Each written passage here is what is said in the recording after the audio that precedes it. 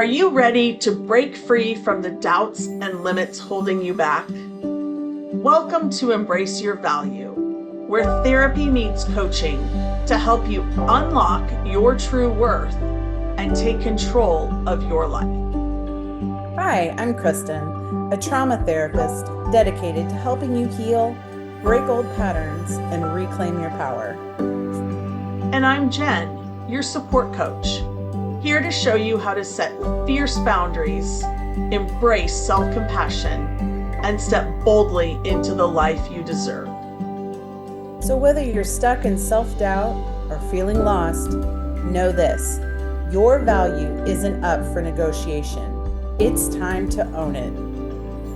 Every week, we tackle real issues that challenge, inspire, and empower you to live with purpose and confidence.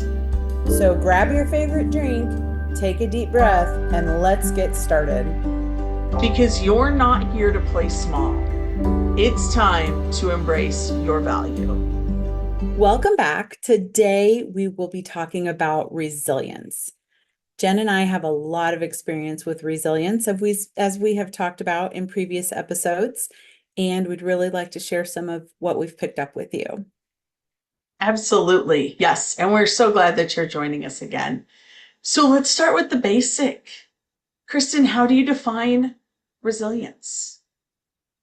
I define resilience by the ability to pivot, right? So that is like something comes at us and we are able to go, whoa, I'm gonna pivot and I'm gonna go do something else. And that is the best way that I can explain it. It's the ability to, like, you could use other words, right? You could say bounce back, you could say go with change, you could say whatever, but I just really like pivot because there are so many times when things come at us. Like this weekend, I moved my office and I had to pivot a lot because the vision that I had for it was not at all what happened. So I had to get it together and pivot. And so I just had some resilience around that. Yeah, absolutely. And I know for me, I love the pivot. I think that's beautiful and great. And it's always going to remind me of friends. And so I love that. But I think for me too, is just being able to pick yourself back up and dust yourself off and saying, okay, I'm going to start again. Whether you're having to go in a different direction or you're just scrapping it and doing something new, just pick yourself up and say, it's okay, I'm going to do this again. I'm going to go a different way. I'm going to whatever. I'm going to try this from another angle, that, and it is pivoting. That's all that is. But I love that. And I love just being able to say, I'm going to do this. I can do it. And it's okay. I like to tell my clients all the time, it's okay to be frustrated, to feel frustration, especially when you're having to pivot or, something, to be upset, to be angry at the situation, but you don't live there. You give yourself that 5, 10 minutes, whatever you need, and you be angry, be upset, punch the pillows, do all the things, scream, vent, yell, and then you turn around and you go, okay, we're back at it. Because when you live in it, it does nothing but eat you up. And there's nothing positive and good that comes from it. So, yeah. Yeah. And as a therapist, right, I talk to people all the time about all your emotions are okay. Yeah. It's not living in it. Those are exactly the words I use, Jen. I love that because I'm like, it depends on how long we're spending in it. If we're spending days or weeks, yeah, we got to talk about it. But all the emotions are okay. They're all fine. Anger, frustration, sadness, fear. Fear is such a big one that people just try to turn away from. And this is where resilience comes in, Yeah. is working through Absolutely. that fear. Yeah, Jen, so what are some common misconceptions about resilience, in your opinion? Well, I think some things that come up for me are things like kind of like we were just talking about, like, well, I can't feel that way. I can't I can't be upset about this. I can't do that. I think that's a big one. And I think the other thing, for misconceptions around resilience is like every step of it's going to be tough. Everything's just really going to be tough and it's going to be hard. And, I'm not going to have the energy or the strength or be able to do it. And I just don't believe that's true. I think a lot of times people think resiliency is this big defining moment.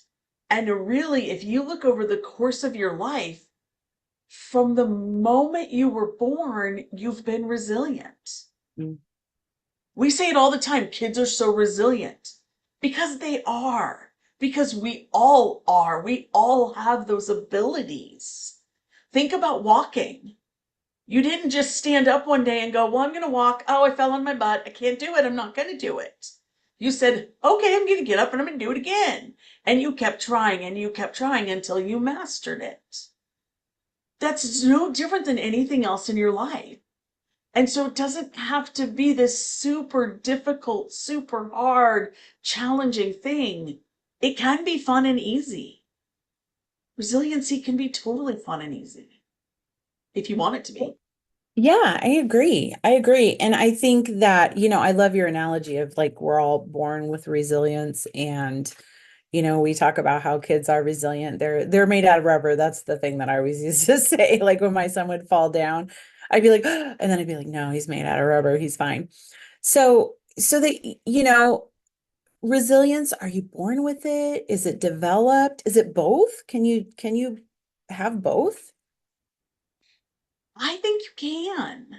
I Yeah, mean, I do too. I think your life molds you into what you're going to have.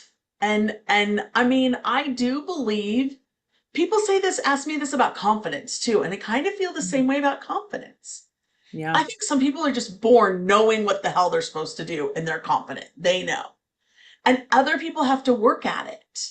And I think resiliency is the same way. Some people, that's just, they know that they have to keep trying. I think you said it. I'm editing some of our past podcast episodes right now, and you said it in one of them about um your core values and being raised and just being raised to be super independent. You weren't allowed, it's not that you weren't allowed, but you weren't supposed to ask for help. That built Right. resilience in you. Whereas other people sometimes will build resiliency by just knowing that they can't stop or they ask for help and they get resilience. They get help from people. And so I think it's both. I think it's whatever you need. If you're willing to learn it, you're going to learn it. Yeah. What are your No, thoughts? yeah, no, I agree with that. I think that so much of our how we are as adults is a reflection of our childhood. Obviously I come from a therapy background, so that's how I'm gonna look at it. But also, as I'm working towards being a coach, also just looking at like, how does this now affect today and the future, and how can we, work through these things so we can be successful, so we can all be successful. Yeah, absolutely. And that's really the reason we're doing this podcast is to share this with you guys, give you guys tips and ideas and little takeaways because we want you to take anything out of what we say and go and use it in your life. We don't want you to sit on it. So if we're saying something that makes a ton of sense to you, put that in your catalog and be like, this is another tool for me to use. Make it be something that you can go and start doing. So then the next time that you're like, oh no, I don't know what I'm supposed to be doing today, or I have to pivot, you will think of us and you will go, oh, I know. I'm going to be angry for a minute and then I'm going to go, it's okay. I can do it. And I'm going to turn and I'm going to pivot and make that be the way it works for you. Absolutely. Yeah. Yeah, and here's another thing that I don't think we talk about enough, Jen, is like if you know someone who needs this information, maybe you've got a brother or a daughter or a friend that's struggling, put this away in the file cabinet, like you said, pull it out and help other people or send them to the podcast, like whatever. This is just about how can we reach as many people with this good information as we can. Absolutely, I agree. So, Kristen, what are some practical steps that people could take or that you have taken to build resilience? Practical steps. Fantastic question. Let's see what I can come up with. Practical steps would be my mantra, which is boundaries, right? When you're setting boundaries with yourself, when you're setting boundaries with others, if you can take what you've learned about the situation that we have to pivot away from so that we can be resilient, and then maybe we don't have to do that again next time. Or maybe we just have to set a boundary with ourselves, and say, gosh, I had 3 scoops of ice cream. That made my tummy hurt. I don't feel good the next day. I'm going to be resilient. I'm going to set a boundary with myself so that I can feel good tomorrow. And I'm only going to eat 1 or maybe 2. Yeah, absolutely. Oh, I love that. I totally love that. And I think another way that we can, um, like a step that we can use towards resiliency is just knowing that life doesn't have to be perfect. Yeah. Just living in the now and saying, it's okay, it doesn't have to be perfect. I forever walk around saying progress over perfection. Do the thing. You can always go back and tweak something. You can always make changes. Do you know how many times I've tweaked my website? And it's still not great right in this moment. But you know what? It's out there. People can find me through it.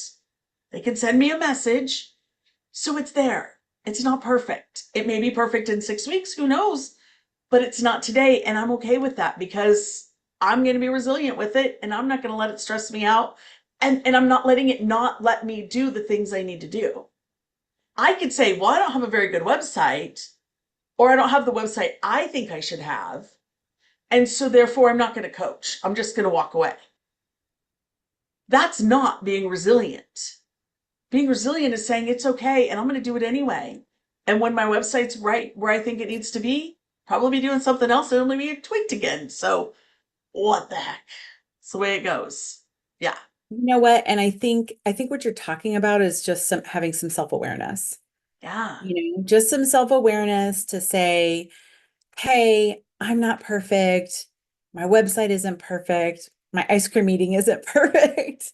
And that change is okay.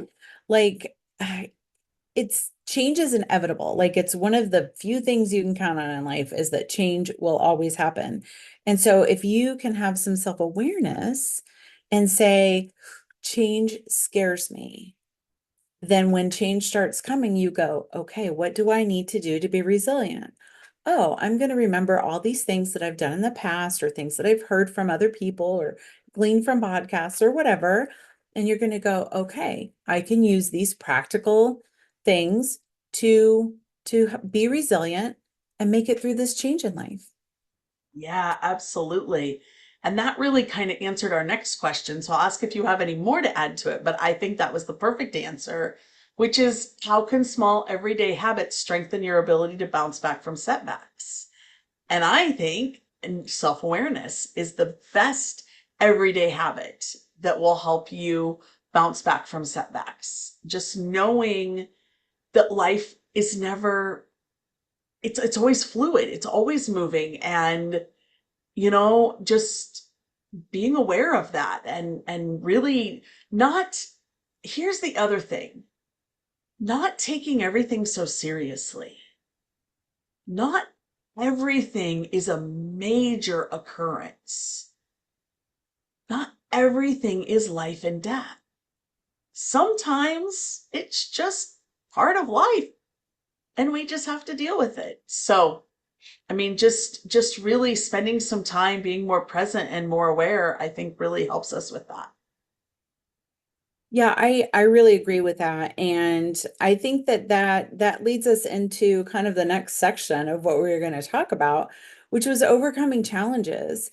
And I think that I think you've mentioned two things that were already in this next talking point, which is obstacles that people face, which is not understanding that things don't have to be perfect, right? Yeah. Like getting that part of you to go, it's okay if things are at 90% this time instead of 100. I think that's a huge obstacle. I think another obstacle is self-awareness, just not having that, and not being able to be in touch with how you're feeling, right? And that's again, that's something as a therapist that I really, really work on with people is like, what are you actually feeling right now? Because we all have stress, we all have uncertainty, we all have all of these things, and all of the emotions are okay. We have to recognize when we're feeling those things. And you know what? I'm going to tell everybody a secret right now. Your body will tell you everything you need to know. Yeah. It tells you exactly when you're feeling stressed, exactly when you're feeling anxious. And you just have to learn where those things are manifesting in your body. Could be your heart starts beating faster, your hands get sweaty, your vision changes, your stomach starts hurting. Like these are all fight or flight symptoms. And that's where, like when our body starts to react, it knows before our mind knows that there's a threat. Yeah, absolutely. That's 100% true. Yes. Yes, yes. Um, I love that. And I agree 100% with all that. So, how do you feel like someone can maintain resilience during prolonged periods of stress or uncertainty? Yeah. Yeah. I mean, obviously, my answer is going to be like talking to people, using your support system, therapy, right? Therapy's great. Of course, I love it. But I do think having a non-biased person to kind of bounce your stuff off of, even if you don't have like this deep, hardcore trauma, I definitely have clients like once we've worked through all their trauma, they're like, look, I still need to come in once a month just to unload. And I'm like, that's cool, you know? Or maybe I've had clients come back and they're like, oh, I just have this thing that I can't quite decide on or I can't quite figure out. Can you help me, as a non, involved party in the situation? How can we figure this out? So I think that having your support system, right, in place, whoever those are, right?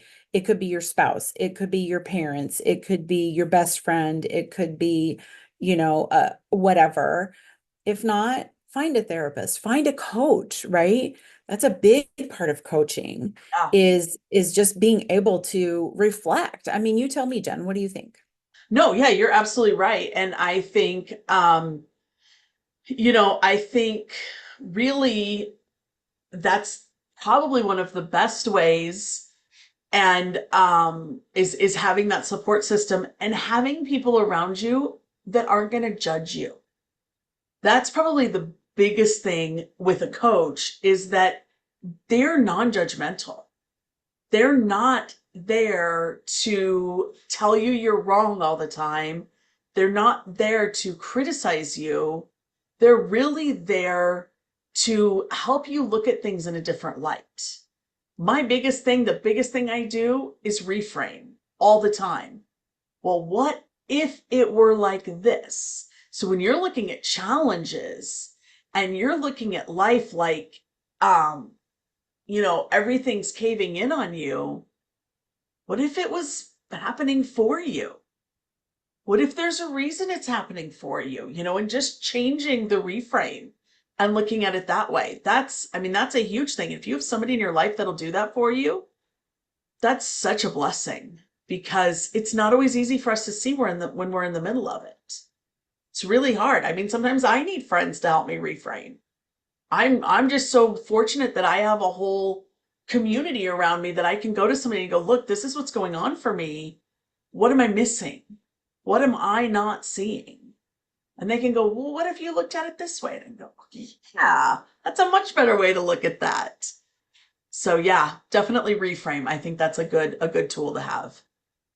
Yeah, I love the reframe, and I agree. Coaching, therapy, those are great ways to reframe. So this is off our list, but Jen, since you brought it up, you said you have this great support system. I have a lot of clients that maybe don't have a great support system. Can you speak a little to like how did you develop that? Yeah, absolutely.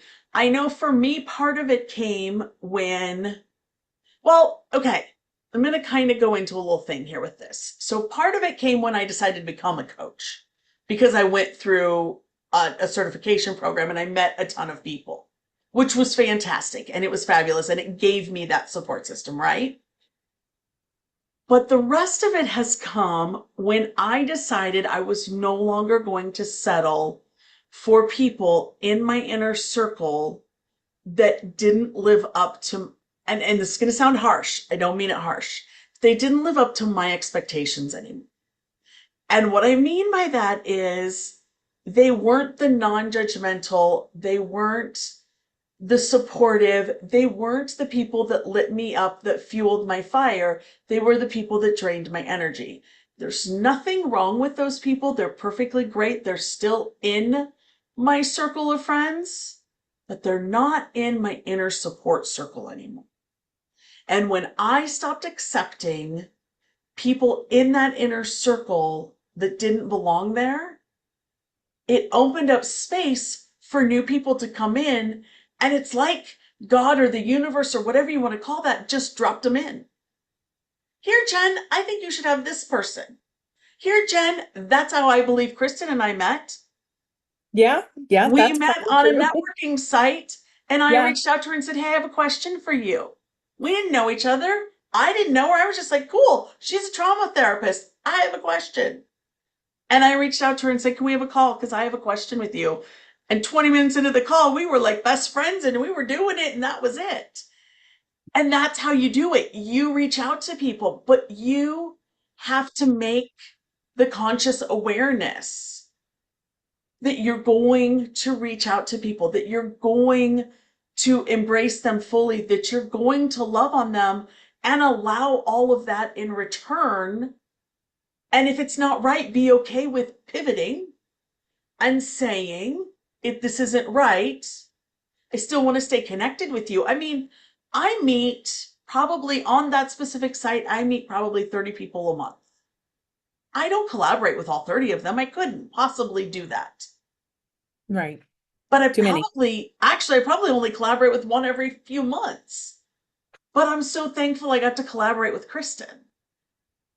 And so it was being open and being aware. She mentioned doing a podcast, and I had wanted to do a podcast with someone, but I'd kind of put it on the back burner. And so when she brought it up, I was like, this is my sign. This is what I'm supposed to take from this. Because I was aware that I really did want that. And I felt it instantly. So whether you need an invitation or you need just a sign or whatever, you have to be open for that. And being aware and not cluttering yourself with people who don't fill you up, who drain you, helps you to be open to that. I don't know, that was a long answer to that. I hope that made sense to everyone, but it's kind of where I went. No, I think that's a great answer and an honest answer, right? Like, I think honesty is the best way to get in touch with people, and get them to really like understand, you know? But I think you mentioned all the highlighted things, which is like self-awareness, right? You had to see that you had people in your life that weren't serving you well. You had to make a conscious choice to push them off a little bit, right? We're not out, but we're not in. And that required, I'm assuming, some kind of boundaries with those people. And when you set boundaries, that allowed the people that were going to serve you and serve your purpose and your goals in life to fall in, Mhm. and and then things just open up. And I agree. I've been through the same thing. I've let go of some people and other people fall in, and it's just what I need. Like you, Jen, same story, right? Again, it was just this completely random, hey, I got a question that Jen sent, and I was like, ooh, I want to be a coach. She's gonna ask me a question, I'm gonna ask her a question. And then that's how we got started. Yeah. And it was beautiful. I mean, it was such a great, like, it's just been beautiful.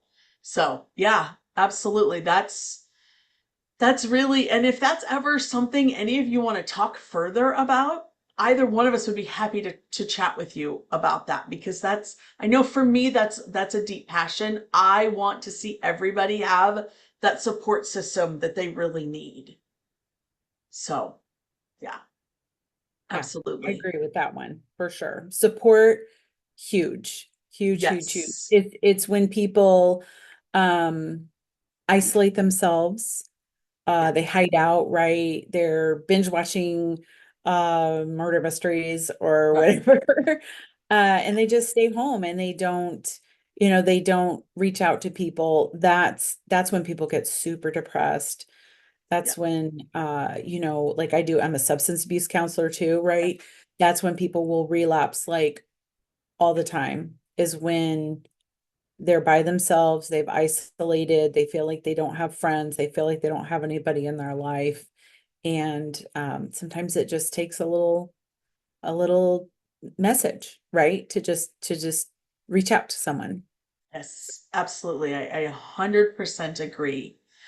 I believe we probably have more to talk about, but we are close on that time frame, and I promise that I would always keep these within 30 minutes. So do we want to do a part two and carry on in the next episode? Yeah, I think we've got a few more things to talk about. Not a ton. Might be a short episode, but All right. but I see some things that are on the list that I think would be really beneficial for our listeners. So I agree. Absolutely. Part two. Awesome. Well, then we will see you all next week again. And until then, have an incredible week. Yes. Have an incredible week. Thank you for being here with us today. If today's episode hit home, don't just keep it to yourself. Subscribe, leave us a review, and share this episode with someone who needs to hear it. Because everyone deserves to know their worth. Next week, we're diving even deeper with more insights and tools to help you break free from limitations and live authentically. Until then, keep raising your standards, owning your worth, and embracing your value.